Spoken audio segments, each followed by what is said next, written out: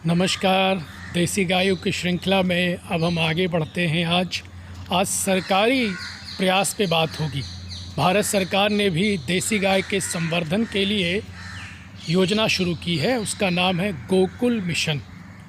Gokul mission के तहत देसी गाय का संवर्धन किया जा रहा है। कैसे उसकी वंश वृद्धि हो और कैसे दूध में बढ़ोतरी हो, ये गोकुल मिशन की तरफ से किया जा रहा है। 2014 में इसकी शुरुआत हुई थी। आगे भी सरकार ने बताया है कि इस गोकुल मिशन के तहत करीब 1 करोड़ पशुपालक या किसान दोनों लाभान्वित हुए हैं और 2 करोड़ से ज़्यादा जानवरों को, देसी गायों को इससे लाभ हुआ है।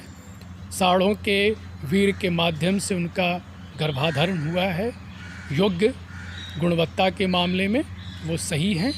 तो इस तरीके से सरकार ने जो प्रयास किए हैं, अब हम ये देखते हैं कि छोटा ही सही, लेकिन वो प्रयास धीरे धीरे बढ़ रहा है। लेकिन इसको बड़े पैमाने पर करने की ज़रूरत है। और एक और काम हुआ है, राष्ट्रीय पशु जनगणना।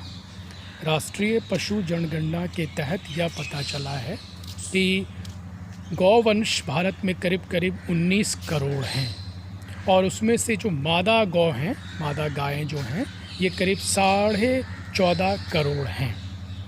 आबादी कम नहीं है, बहुत आबादी है। लेकिन दुख की बात यह है कि ये 14.5 करोड़ गाय में बहुत दुधारू गायों की संख्या आधी से भी कम है।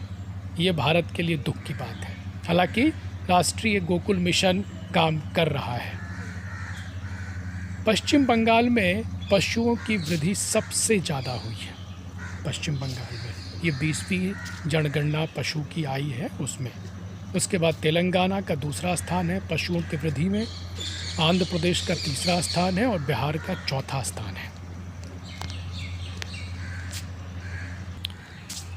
राष्ट्रीय पशु जनगणना से एक बात निकल कर आई है कि 10 पशुओं की संख्या के बारे में भारत सरकार ने बताया है कि इनकी संख्या देश में कितनी है, कौन सी गाय सबसे ज़्यादा है। तो उस हिसाब से गिर 1 नंबर पर आती है। इसकी संख्या भारत में करीब 65 लाख से ज़्यादा है। गिर 1 नंबर पर है। दूसरे नंबर पर आती है लाखिमी नस्ल की गाय। तीसरे नंबर पर आती है, तीसरा स्थान जो है वो साहिवाल गाय का है।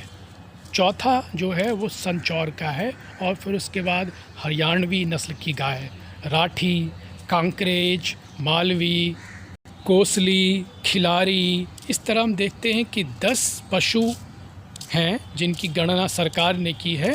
इनकी संख्या 65 लाख से लेकर 10 लाख तक है। यानी पहले स्थान पे तो गिर है। ये एक अच्छी बात है।